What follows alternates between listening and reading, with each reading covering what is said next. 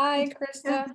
I'm going to go ahead and share my screen. I'll be sort of the driver of our presentation, but Krista's going to be watching out in the chat box. So like she said, if you have any questions, you can raise your hand, you can answer in there. So we'll be tracking that as well. Since there's only a few of us, if y'all want to tell us where you're from, I'm based out of Geismar, so I'm here in Louisiana. Oh, wow.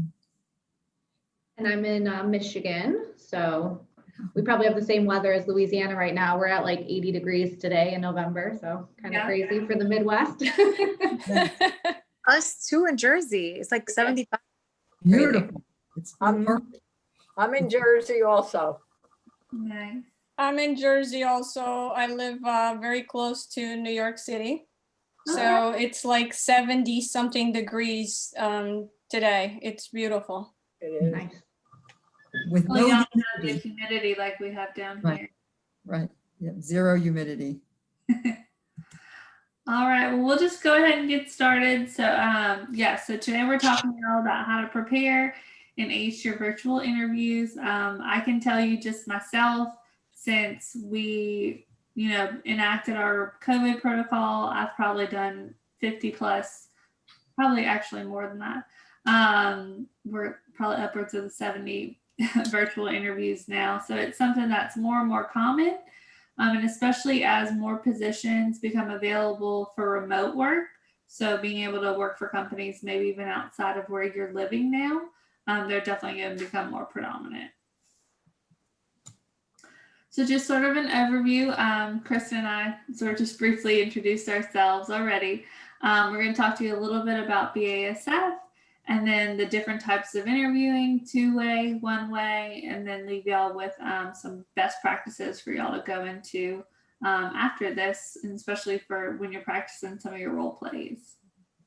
Excuse me, Francesca, will we be able to receive your slides? Is that a possibility? Or should we just take lots of notes? I think we can send you the slides. Yeah, I don't see why it would be an issue. And I know that they're recording the session as well. So I don't think it would be an issue. Yeah. Thank you.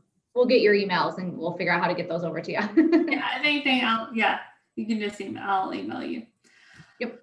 All right, so our chemistry is used in almost all industries. I mean, honestly, if you clean anything, if you wear any sort of running shoes, if you eat any sort of vegetables, if you drive any sort of car, there's a chance that BASF touches your life in some way. We combine economic success, social responsibility, and environmental protection. And as of 2019, we employ over 117,000 employees. So we're going to do just a quick poll. Do any of y'all or have any of y'all participated in a virtual interview so far? Yes, I did. No. No, not a real one, only mock ones. Yeah. The Dress for Success helped plan a mock one, Oh, nice. not a real one. And Vanda, was yours a one-way interview where you recorded yourself answering questions, or was it two-way, meaning there was someone on the other side asking you questions? It was through Dress for Success, but then I had another one with another company. Awesome. So y'all are a little bit familiar with, that was your first one ever? Yes, that was my first one ever. And to tell you the truth, I can quickly just share that I think I do a lot better one-on-one with someone else than through the video. I don't think I emphasize my skills as well for some reason, because we are seeing each other, but somehow it's a lot more difficult for me to come across in a way that I would like to, put it that way, to make a good impression. Yeah. I think a lot of people would probably agree with you. And with obviously COVID right now, I mean, video interviewing is, so much more prevalent, like Francesca was saying. So, but it is a little, it's something that you have to practice with and kind of keep working with. So I think a lot of people would agree that it's a bit more uncomfortable just because we're not used to it yet. Yeah. One thing I've noticed that virtual interviewing, the challenge that kind of really sets the tone for the interview, in my opinion, is there's not a lot of time to build rapport. You know, Mhm. normally someone's walking you from the front lobby, so you're starting to warm up there, and then once you get in the room, there's handshakes, there's small talk. Whereas virtual interviews, sort of like what's happening now, you just sort of jump right into it because you don't have that natural awkwardness of there being two new people in a room. So that's something that I don't think we touch on today in the presentation, but I just would say try and push for whenever you're in an interview to try and build that rapport rather than just jumping straight in, because that can help sort of relax you a little bit. So another little just quick icebreaker. I'm sure we've all seen a lot of different memes like this around the internet, but what's just a few things that y'all see here that could be an issue when doing a virtual interview? He's got very colorful underclothes on. Yeah, I would say no matter what meeting you're gonna be in, if you're gonna be on camera or not, just, you know, make sure you have pants. I think that's like a key there, right? Put the cat in another room.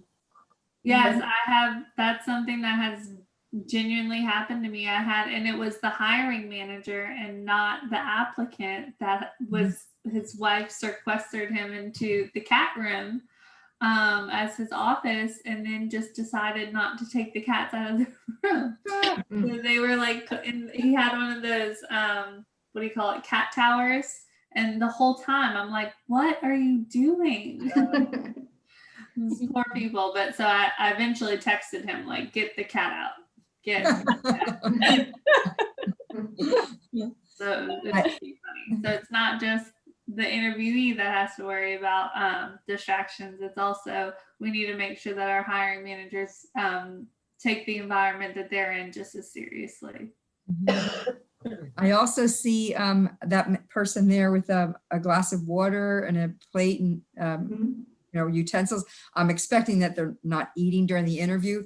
That glass of water would scare me that I would knock it over.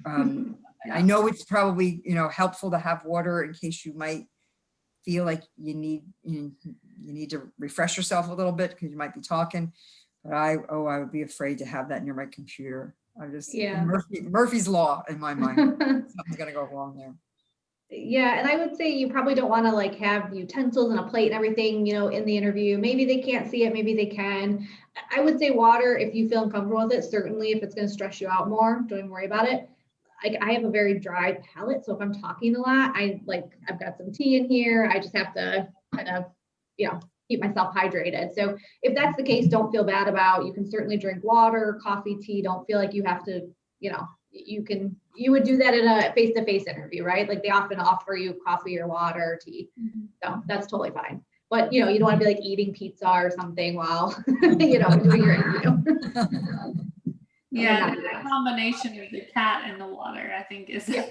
Oh, that's a good call. Yeah, the cat will probably knock it over. That's Yeah, true. Right. Yeah. And on that as well, because I've been called out about it. I at home have a lot of like really funny, colorful coffee mugs. So if you do have like a drink or a tea or something that would be in a colorful glass or mug, I would just recommend, you know, maybe just a bottle of water or something. Just so you don't create a conversation you don't want created. All right, so I'll go ahead and hand things over to Krista. She's going to talk to y'all about the different types of virtual interviewing. Yeah, so we kind of alluded to this before that we're going to be talking about two types of virtual interviewing today. The first one, well, the one is a two-way virtual interview. So that's kind of what we're doing right now. So it's live, you're having an actual conversation with someone. And then there's the one-way interview, which is pre-recorded, which you might just answer a couple of questions. Wow. So with two-way virtual interviewing, both the candidates and employers can conduct the interview in real time by, you know, using different video conferences. Like we're using Zoom right now. BASF often uses WebEx. You could use HireVue. So there's a lot of different systems out there. And the interviewing team will send you all that information. So a lot of times this is used in place of a phone screen, but it could be used for an actual interview, especially during these times. You know, we're not really having a lot of people come on site, actually really no one coming on site. You know, we're trying to keep all of our employees as safe as possible. And of course, you know, we don't want candidates coming in potentially getting sick. So, so we've been using this as kind of the actual interview, and these are of course scheduled ahead of time. Typically we'll want to schedule about a week. You may have an employer that does it a little bit, you know, less time than that, but typically you'll have about a week to prepare for that interview. So how do we prepare? So this is, I think, really important, and I've experienced it not so much on an interview, but just having different conversations where I'm using you know, different platforms. Sometimes my microphone isn't working, sometimes my speakers aren't working. So, you know, find out how the connectivity is on your computer, especially if you don't use it often for like video interviews, right? So you want to adjust your webcam to make sure, you know, you're kind of clear in the shot there. You know, make sure that your microphone's working, your speakers are working appropriately. And I think that's really important because, like I said, I've had multiple problems. Try not to use like your phone or tablet if at all possible. It's probably a little bit better to use like a laptop or desktop. But of course, if that's, you know, all that you have available, then, you know, it's not the end of the world, but it's a little bit easier if you've got like a full, you know, laptop in front of you. If you do have to use a mobile device, you know, just make sure it's sturdy so it's not falling, you know, all over the place. And of course, make sure everything's charged, keep everything plugged in, and close out, you know, if you have your personal email open or, you know, other things that you're running, that could be a distraction during the interview. So just close everything out except for the, you know, the video conference that you're using. Oh, and of course, put your cell phone on silent. I think that goes true for any interview, not just virtual, but you also want to, you know, kind of know yourself and your brand. And of course, you know yourself. But I know when I'm, you know, preparing for an interview, I like to take a look at the job description and come up with specific examples of things that I've done that kind of relate to that job description. And you can write things down. You can have a copy of your resume, bring a copy of the job description. It's not necessarily a memorization test, right? So if you took notes prior to the interview, that's great. You can certainly reflect back to those notes, especially with a virtual interview where, you know, things are a little bit more uncomfortable. So, you know, it's okay to take a pause and think about your answer and then answer, right? I would definitely take a look through your resume prior to the interview. Just, of course, you know what you've done, but it's always good just to have that refresher, right? Refresh yourself on the job description. And then you also want to keep a notepad to take notes during the actual interview. So, you know, you may have notes coming into the interview, but you also want to take notes on, you know, the company, the position itself, things like that. And a big thing is you want to make sure that you prepare questions. I have a lot of managers who have, you know, some heartburn if people don't come in with any questions, right? And I think that you want to come up with questions about the position itself, about the company, and about the people. Those are kind of the three that I always recommend people asking about. And just make sure it's not something that's, you know, right readily on their website. You know, if it's the first bullet on their first page of their website, it's going to kind of show that maybe you didn't do the research, right? So really kind of try to come up with questions and make sure that they're actual topics of interest, you know, for you. You know, maybe, you know, you want to know what type of special projects you'll be able to be involved in, you know, about the team dynamics, things like that. We kind of already talked a little bit about this to know the company, you know, make sure that you research the company itself, you know, look on LinkedIn. You can, of course, look at their actual website. There's tons of information out there. And that's good for you to know if it's even a company that you're really interested in, right? And since we have a small group, I'll just kind of ask the question. Is everyone familiar with the STAR method? I am. Yes. Good? Okay, cool. Yes. It's been around like a long time. I know I've been using it for like 18 years, but I still think it's like tried and true. It's a great way. So when you are thinking about those examples, make sure that you're thinking about them with the STAR method. And this is one of the key things that we do notice is people have this like great example and they can go over the task and what they did, but if you don't remember to kind of finish with that result, what was the result of this whole example, it kind of can fall on deaf ears. So just make sure that you're really kind of thinking about the full STAR method. When you're dressing, make sure that you're wearing more neutral tones. So I don't know, like black and gray, maybe beige. Just, don't be too flashy, I guess, when you're dressing for your interview. And then make sure that you have decent lighting in whichever room that you're in, so you're not, blacked out or anything along those lines. And then just, pick a room in your home or wherever it may be that you're going to have the least amount of distractions. Okay. So, and I think we can probably just talk through this. I don't know if we have to use the actual poll function if you guys are comfortable. But this is an example of the STAR method. So the question is, tell me about a time where you had to work with someone difficult. And there's two different answers here. And I'll let you guys just read them quickly if you guys want to. I don't, unless you want me to read them out loud. I'll give you a second. And then we can discuss.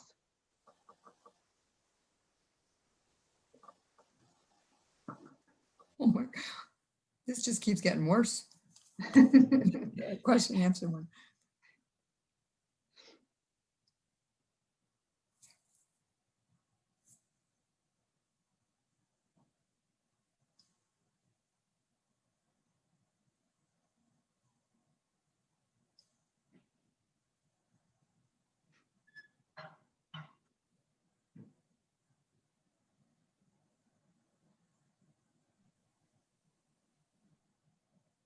Okay, you guys set? All right, which one, who wants to give a guess on which one is maybe the better option? Two. Two, yeah. Okay. Does anyone want to share anything that they noticed that, maybe makes two a better option? They try all different, things before they get to the point of bringing in a manager to help. Right. So a lot of like different examples on different things that they did. And then of course, sometimes you have to bring in your manager, but they still gave what the result was that they were able to work more effectively, right? I think option 1 too gets a little, I don't know, they seem a little like on the negative side, right? Like maybe we could flip it more to like a positive. So yeah, but so this kind of breaks it down for you guys. And of course we'll send this to you, like we said, but it's kind of nice that it's color coded for you. So of course you do the situation, what's the issue at hand, right? It's in the question. Task and action kind of go hand in hand because, the way I think of it is, all right, what is it that I need to do to solve this situation? And what are the specific actions I took or my team took, whatever it may be.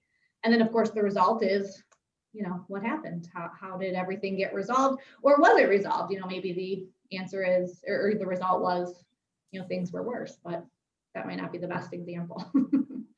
So when you're thinking of examples, try to come up with, things where you solved the issue and were able to resolve it in an effective way for the company. So I don't know if you saw this one about the distracting environments, because it happens, right? I mean, we all have been working from home a lot more, and it's kind of crazy. Is that a video? Are we showing it? I love this one. Yeah, it's pretty cute. And the kid's real cute. Oh, it's 50-50. Final question is how democracies respond to those scandals. And what will it mean for the wider region? I think one of your sports in. I mean, shifting.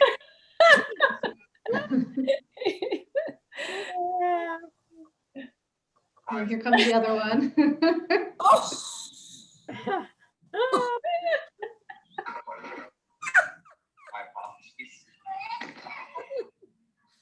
That's good. I Yeah. always wonder, like, how did the nanny not realize the baby was missing? They're quick, aren't they? Jeez. I don't know. That was actually that was his wife. That was actually his wife. Oh, really? The baby came in Yeah, between the first. Because Yeah. they went on the news afterwards to talk about the incident. She said by mistake she left the door open. Oh my gosh. I thought that was the sitter. I was like, she would be looking for a new job if those were my kids. Exactly. Yeah. Yes. And you know, things might go wrong. And you know, we'll kind of talk a little bit about what to do. You know, this first bullet point's really good. So, you know, when you are scheduling that interview, ask the recruiter for a contact number. Because maybe you can't log in, you know, something isn't working correctly. At least they won't think, oh, this person didn't show up. You know, you're calling, you know, the right person. But of course, if you don't have that phone number, you wouldn't be able to do that. If the video cuts out, and I have seen this happen on some of our interviews, try to continue just with audio only. If not, the interview can be rescheduled, but a lot of times you might be able to log back in just with like your phone. So you're just talking as opposed to, you know, talking through the computer. If there are noises that interrupt the interview, you know, garbage day, you've got the garbage trucks outside, or, you know, whatever it may be, you can certainly ask to pause for just a minute, or you can of course mute your sound if you're not, you know, talking. Sometimes things will disrupt the interview, like a person or a pet walks into the room. Again, mute your microphone, ask if you can just have a moment, and of course, you know, continue when the distraction is gone. And it looks like they've got like a link to some different tips for a successful interview as well. And there's a ton of stuff out there, but I think these are really good virtual interviewing tips, right? I don't know if anyone's done a one-way interview. I don't know that there is common. Okay. So one-way interviewing is a little bit different. So in a one-way interview, you're just responding to preset questions. So you'll be sent maybe 5 questions, and it's probably only like a 10-minute interview. So you're just answering you know, these preset questions that will come on the screen, and you basically just record yourself answering the question. These are often done in place of a phone interview. So if you receive an email, it's probably, hey, we're really interested in your resume. That's why we're going to do this, you know, one-way interview in place of a phone screen. And then they usually have like a certain end date. I mean, I know when I've done them in the past, we've given like a week or so. So you have time to kind of prepare yourself. And then it kind of offers a lot of flexibility for the candidate, because you can wait until, you know, okay, maybe you're working and you can't really do it till 6 p.m. or 7 p.m. or you've got kids and you want to do it, you know, when you've put them down or whatever it may be, right?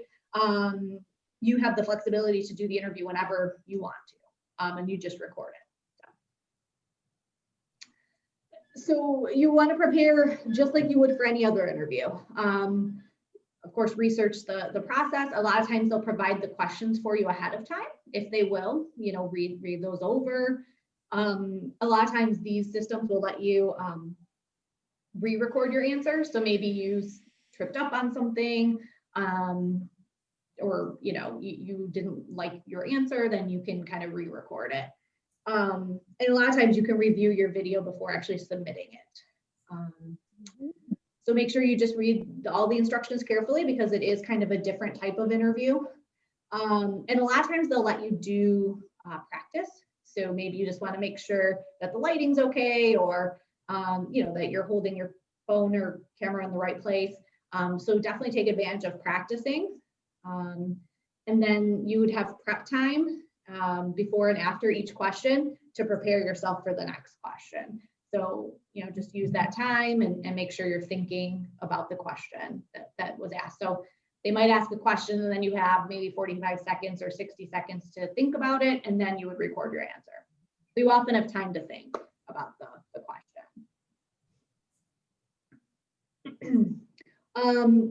You know, make sure that you end with kind of a summary. So not just stopping the interview, just say, thank you for your time. And, I'm very interested in this position because of X, Y, Z, just really simple, a sentence or two. It doesn't need to be, too long. But just so they know you're ending the interview and you're very excited about the opportunity. You want to look directly at the camera, of course, just like you would if you were talking to someone. I would say this is a little bit more distracting because a lot of times there's a clock that's ticking down, or, you're kind of watching yourself. So just try your best. I mean, everyone knows that this is a video interview, and it's a little bit different than kind of a face-to-face, but, just try to look directly at the camera. And then you do have to kind of keep track of that response time, because if they're only giving you maybe 2 minutes to finish a question, then you want to make sure that you're watching that time and you're not running out, right? So you can use your full STAR method, great example, in the time allotted. And if you're very uncomfortable with this, you can ask for a phone interview. You can see, I mean, if you don't ask, you won't know. I know me personally, I'm very flexible with that because I do understand, and I think a lot of companies would be. But if you are invited, give it a try, see how you do. It's actually not as, like, I didn't like it when I first had to do it, but it wasn't as bad as I thought it was going to be. So, all right, I'll turn it back over to Francesca for some additional tips. Yeah, so I would definitely recommend always being on time. One thing that I offer any of my WebEx interviews is if they want to do like a 15-minute login early, just so that they know that they're able to get in, I let them do that. Some of them ask to do it the day before, just so they make sure they understand how to log in, make sure their video and their camera works. And they have someone on the other end that can give them direct feedback. So I would also just add to that, if you're nervous about a two-way interview, just talk to the recruiter and ask her for your help,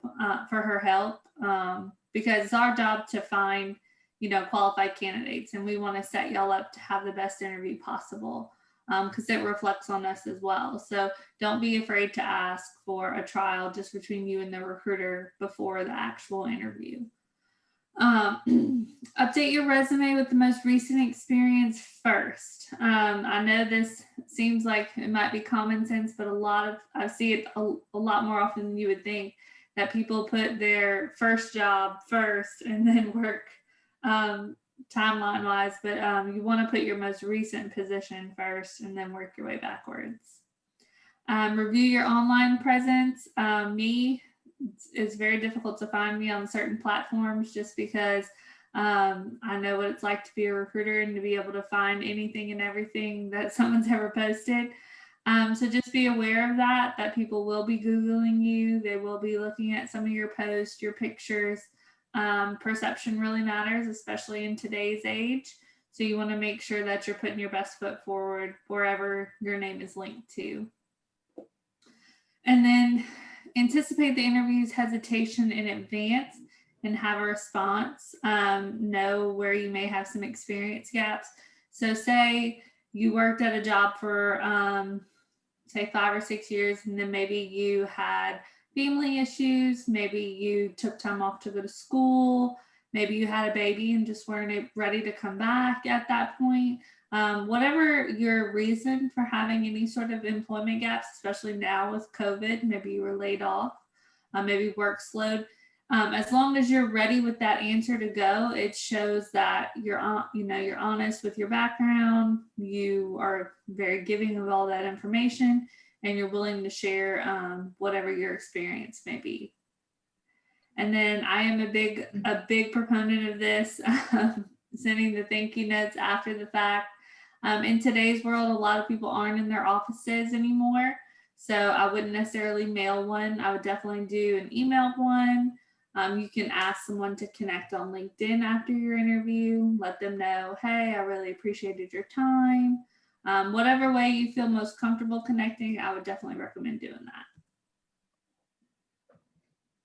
And then never, and this is hard, especially in the virtual environment, because you don't know who's about to say something or not, but Don't interrupt the interviewer during a question or a sentence. Make sure that they get their entire thought out before it's time for you to answer. Don't be afraid to ask them to repeat the question. This happened to me yesterday. A hiring manager just so happens to read very quickly because he'd already been in a few interviews that day, so he knew the question, but the candidate needed to hear it again. So don't be afraid to say, do you mind repeating that? Just so I make sure I know what you're asking. Don't speak negatively about a former employer. You never want to bring any negativity into the room. So even if you're not talking about yourself, you don't want to talk negative about anyone that you've ever worked with, because then it puts off more of a sour grapes appeal versus you're looking for a better opportunity. And then we sort of talked about this during that picture, but don't eat or chew gum during the interview. Absolutely feel free to drink water, take a breath, just sort of write some notes if you need to, collect your thoughts. It's okay to pause, but don't add any other unnecessary distractions during that time. All right, so before we jump into virtual interviewing, did y'all have any questions or just best practices? Did y'all have any questions about what Krista just presented on? I have a couple of questions. Well, let me start with the first one. I just, in the past, I felt like when I'm being myself, I'm not appreciated. Perhaps, I don't know if it's somehow my perception. I feel like when you're in an interview, that person wants to hear or they have an idea already of what they want someone to fill that position. So when you're being yourself, you're automatically not even counted as an option for that position. Especially, for example, someone like me that I haven't been employed for 1.5 years now, and I want to go back into the administrative field, and I used to do marketing. There, I believe that people are taking a look not only at my LinkedIn profile, but at my resume, and they're saying, why would you want to be an admin, instead of saying, oh, this is what you've done. Tell me about what you've done and why would you want to do that? And why was it that you no longer want to do marketing? Because, people might be interested in doing something else. And right there, I think I'm not even being given an option to do an interview, because as they look at my resume, they're just bypass that. This person is just looking for an admin position. Why would they want to do that? What is your feedback on that? Am I wrong thinking that way? Well, I mean, I would hope that, people aren't dismissing you just because you have, more of the experiences, because I mean, obviously you can bring a lot to the table. It might be in your situation, if you've got like a really strong marketing background, but you're really targeting more administrative opportunities. And I don't know how your resume is set up, but like a functional as opposed to a chronological resume might be better. Usually I recommend that if someone's kind of changing careers or if they've been out of the workforce for a little bit. So it's not so much, you're giving the dates that you worked, but the beginning of it is a lot more about your skill set and what you've done, as opposed to these were my job titles. Because unfortunately, sometimes people do look at, marketing manager, or, whatever it may be. Why would you want to be an administrative assistant? And if you can't even get to the interview stage, that functional resume might help. And I don't know if you've seen any of those, or, I mean, you can find them, online. There's different examples, but I would usually recommend that. If you are in an interview, though, I would be prepared to explain why you're very interested in the, position at hand, the administrative position. And like I said, go through that job description and say, oh, my title may have been different, but I did X, Y, and Z. This is how I did it. So you'll have to come to the interview with those specific examples, right? Yeah, I would piggyback off of what she's saying. One thing I would certainly say is have a big skills section at the top, because one thing that's very helpful, especially in an administrative assistant, is one who has a lot of tricks up their sleeves, a lot of tools in their basket. So letting people know all of the different skill sets that you bring to the table. And then also too, adjusting those job duties. While you may, like she said, I'm not sure if you were a marketing manager or what sort of title it was in marketing, but instead of having what your main job duties were as the marketing person, having every administrative task you sort of took, or even spinning it to lay heavily more on the administrative side in the job duties description portion, can help you as well. My resume is set up that way. I actually have a paragraph that talks about like me having 10 plus years of experience in the admin field and what I can bring.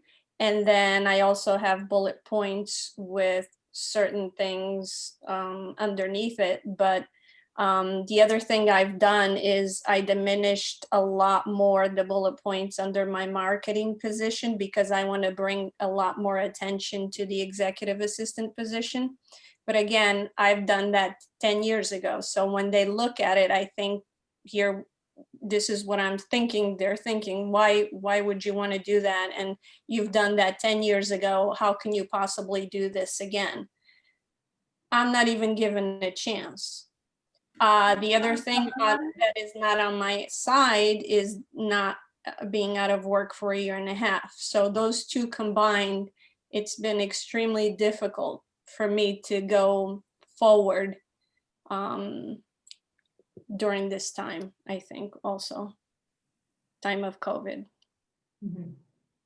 Yeah, I mean, I personally am not, usually if I see someone's been out of work for 1.5 years or so, that's not really a concern. I'd want to understand, where the gap is, right? Because I'm going to need to explain that to the hiring manager, because sometimes they may have more concerns than the recruiters do. Like, we talk to everyone, we kind of know what a great, employee looks like, but sometimes they have blinders on, right? So we have to help them. So, I mean, anytime you can get in front of at least like the recruiter or the talent acquisition person, that I think is very helpful. So you can connect with them on LinkedIn, because they're really the ones who are going to sell you to the manager at the end of the day.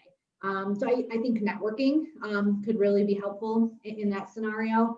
But I understand what you're saying, and I'd almost like Francesca was saying, if you have, I know you said you put your admin, work, but do you have specific like skills in terms of like, I think about like computer systems that you've worked with, like SAP, and so make sure you have all that on there, because a lot of times, and I'm not saying this is the best way to do it, but I know a lot of times they're doing like a keyword search, right?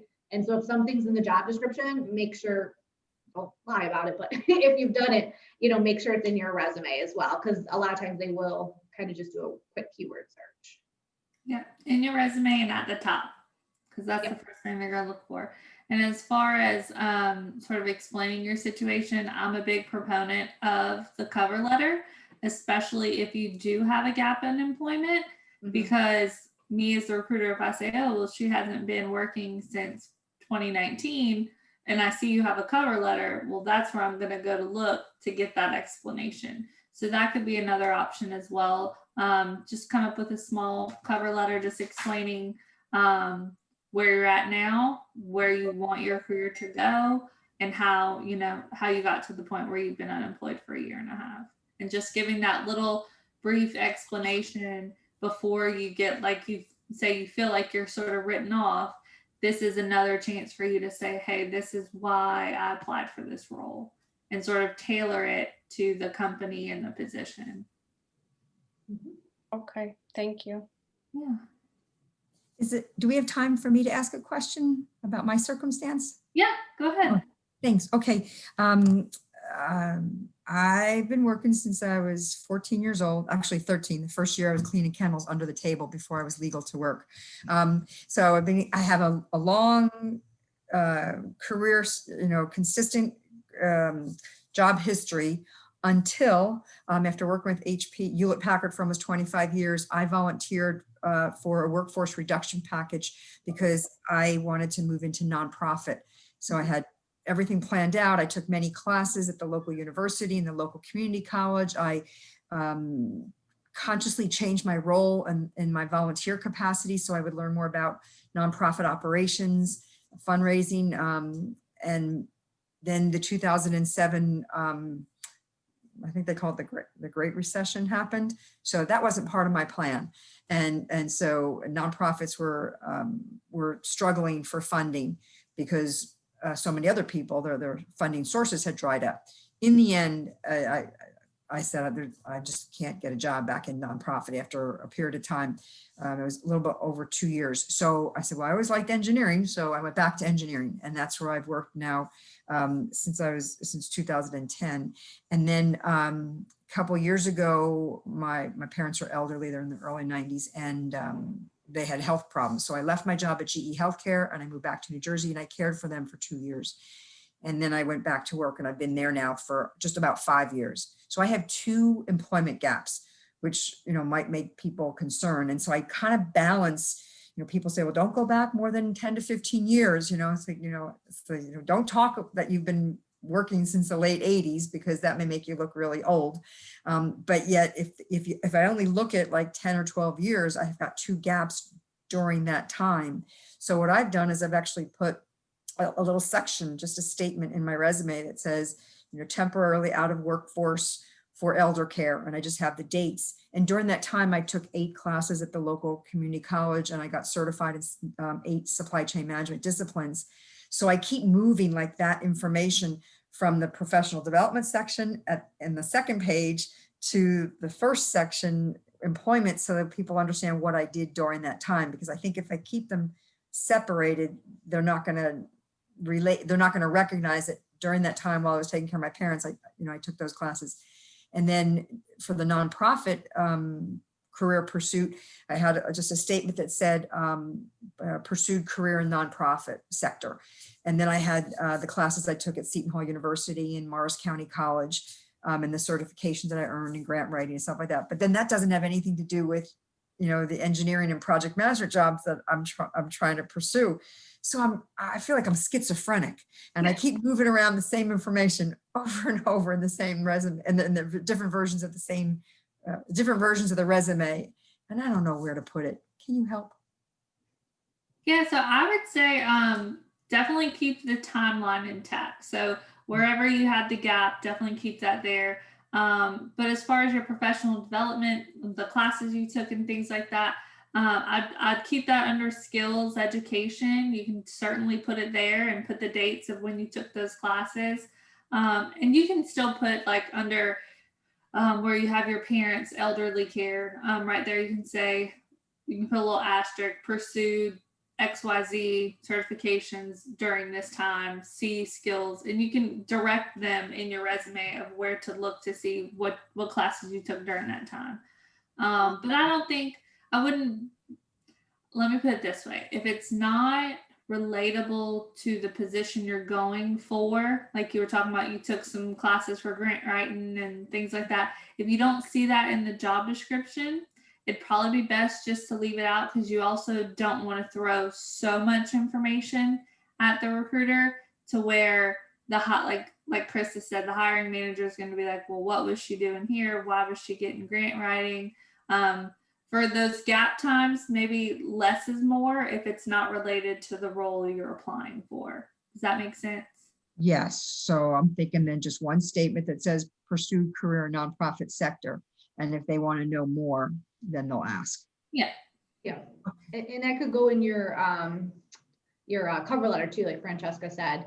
And I would say the only time to put the grant writing, classes in is if you did something with that. So like I have a section in my resume for like volunteer work that I do. So if you did like a volunteer project with grant writing, you could, put it, wrote grants for X, Y, and Z company. Because I think that's always good to show, what you're interested in outside of, work too. But like Francesca said, you want it, the work experience, try to keep it to the job that you're looking for, right? Okay. And then that information that you described, perhaps the grant writing that I did, or the research for new funding sources that I did for the nonprofit, would you put that in the cover letter or someplace else? Yeah, you could put it in the cover letter to kind of show, especially if you're kind of trying to cover for that gap or explain it, these are some of the things I did. So I think it's important when you think about, okay, there's a gap in my resume, I wasn't just sitting around, I wanted to work. So I went out and I did this research and I took some volunteer opportunities and, I bettered myself with education. I mean, I did all these things, but that's, where that gap is. And that's what I did during that time. So I would put that in the cover letter, and you can allude to it in the resume, like if there's a 2-year gap, you could put, like you said, pursuing a position in the nonprofit sector, or you were taking care of your parents. You don't want to go into like great detail about it, but you could just put that note so they can see even in the resume, okay, there's a 2-year gap. She was caring for her elderly parents or whatever it may be. Okay. With asterisks, right? Okay. Thank you very much. That's very helpful. Okay. All right, so I'll go ahead and just finish off with this last section, best practices, just to leave you with some good little tips. So of course, make eye contact. So it's very awkward. I'm sure you've seen me do this a few times. I have y'all off to the right of my screen. But if ever you're in an interview, you want to make sure that when you're answering a question, you're staring straight at the camera. That way you get that connection and you don't look like you're distracted. I couldn't tell you how many hiring managers I have to fuss because they have a dual monitor and they have their camera here, but the interview's happening over here. So you just want to make sure that when you're answering questions or asking questions, you're looking directly at the camera. Lights on, light it up. So I find I visually look better when my lights are off, but my windows are open. So you might want to test out different levels of whether your lights are on or not. I get a shiny forehead if the light above me is on. So that's why I found that this works better.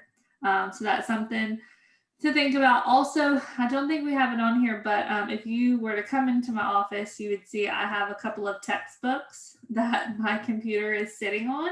So you want to make sure that you want to try your best to keep the camera higher and level versus you constantly having to look down at your camera or feel like it's looking up at you. Finding a good location. I'm in a quiet office right now. You want to make sure, again, well lit, minimal distractions. I have a sign by my front door, so no UPS man rings the doorbell at any point during the day. My dog will go crazy. And I also recommend removing your phone from the room completely, just because you never know how distracted you're going to be. And then again, closing out any web browsers. If you have a chat, if you have your email, whatever it may be, just go ahead and close it because it's not going to serve you during that hour. Again, STAR method is huge. I always recommend not only practicing answering questions in the STAR method, but having 4 or 5 really good examples that you feel like can answer. Maybe one, for instance, where you had to deal with a problem. Maybe another one where you had to collaborate as a team. Another one where you maybe had developed someone on your team, or you had to help someone learn something and bring them up to speed. Another one when you were maybe innovative or entrepreneurial, a project that you took lead of.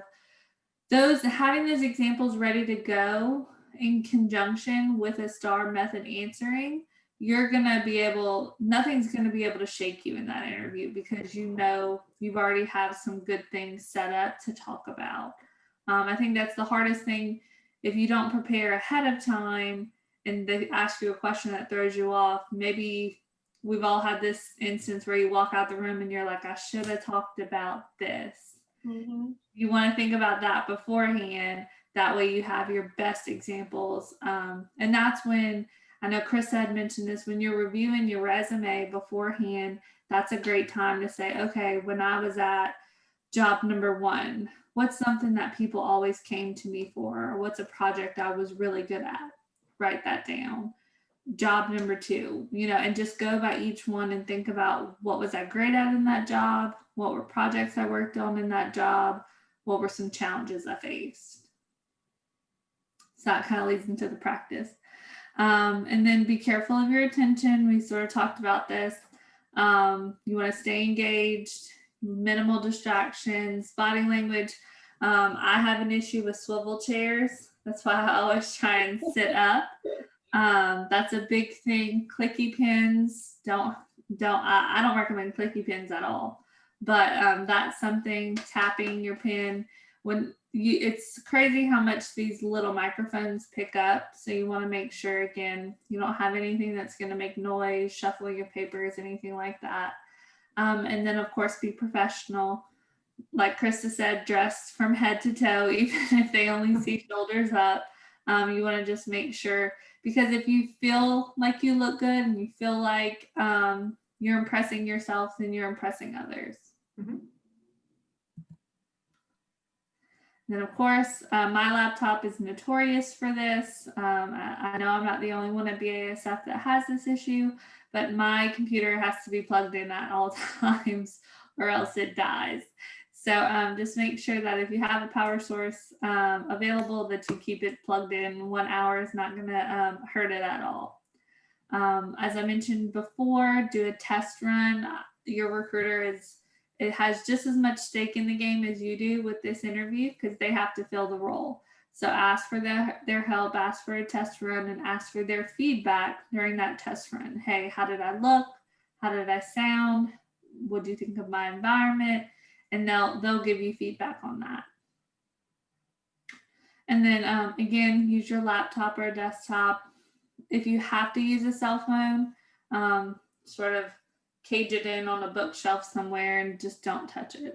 Don't touch it at all until it's over, and just make sure that you're in a reasonable distance from the microphone. They can see you, you can hear them. I wouldn't recommend any earbuds or anything like that. Just put it on speaker if you have to. And then here are just some sample questions that, again, we can share this with y'all afterwards, but these are just some, sort of bank questions that particularly will probably come up at some point throughout the interview. Yeah, I mean, these are good questions too to, get with a friend or family member. And, I'm sure that they would be completely fine with you role playing and bouncing some ideas off them to make sure, your thoughts make sense, and to also make sure that they're in the STAR method. Yeah.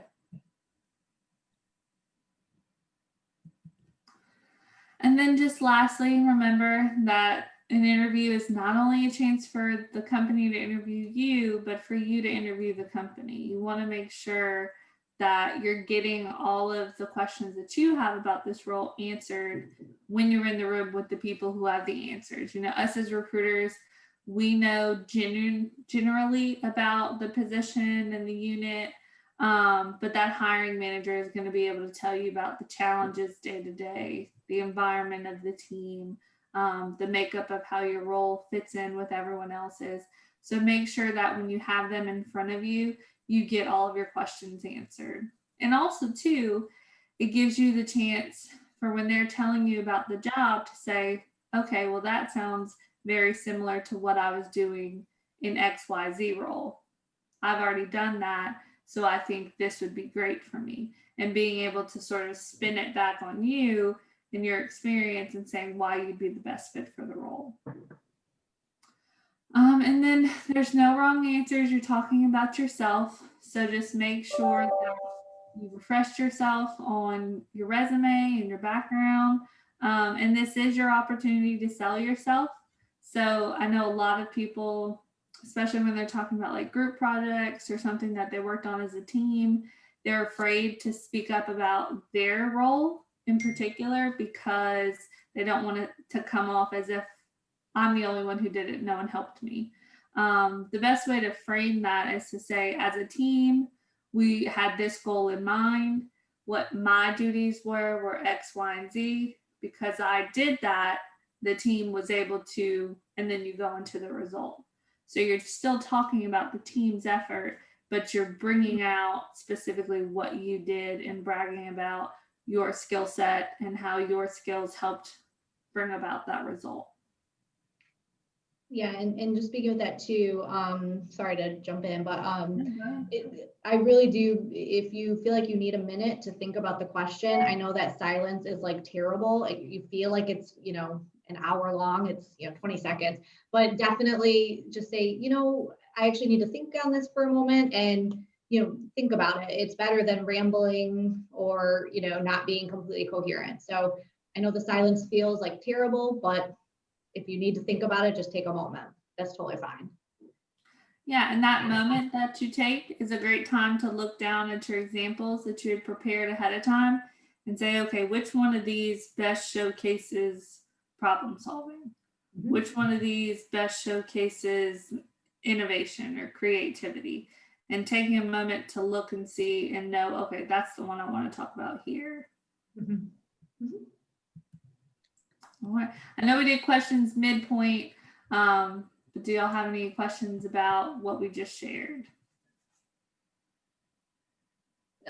I just thought I want to thank you very much for taking the time to meet with us, especially myself. Any information that we can get from you, of course, is priceless. My question to you is, even if someone doesn't do well in an interview, does that mean they're completely, I'm assuming that they're completely out. In other words, if I were to be interviewed and I don't do well on the interview, I guess it depends on the interviewer to see past that and see if that person is capable of actually doing the job, correct? I guess. I would say it's going to depend on how everyone did. You know, if when it comes down to the interview point, everyone who they're interviewing most likely is qualified for the role and meets the basic needs for that job. So the interview at that point is to see, okay, is this person not only a fit on paper, but are they going to be a fit for our culture, our team, and what we're needing? So if someone comes in with a very similar background and does well on the interview, then the panel will likely choose that person since they did well. But if you're the most qualified and you feel like, I don't know how you would say if you did poorly. Do you feel like you would have done poorly, or you feel like what are the challenges you feel like you would have faced that would have left a bad impression? Sometimes, like you just said, oh, I should have answered this way. Or I should have said this instead of that, or I didn't say enough. Those questions that you go through in your head after the interview is over. I don't know, do you feel like recruiters can sense that what the person is saying is actually true, because a lot of people know how to sell themselves, and then they get into that position and they're really not who they say they were. And you also have people like me that perhaps I don't sell myself as well in the interview, but I can get the job done. So I guess that it just depends on who's interviewing you to see if you can get past that, correct? Yeah. Okay. And I Well, would say, Sorry. I was just going to say one thing that I always recommend at the end of the interview, you know, once you're done asking all your questions, I always say for the candidate to put the onus back on the hiring manager and say, you know, I feel like we've had a great conversation so far today, but before I leave, do you have any additional questions about me or my background that you want to know more about? Yeah. And give them the chance to maybe clarify. If you didn't give the best answer for one, you know, you would hope the hiring manager would say, well, I still have questions about this. Can you tell me, have you ever worked with XYZ? Yeah. And I would also say, you know, past performance indicates future success. So if you're giving examples of, you know, and maybe it is, oh, I should have used this example, but you still gave an example. You still gave, you know, a strong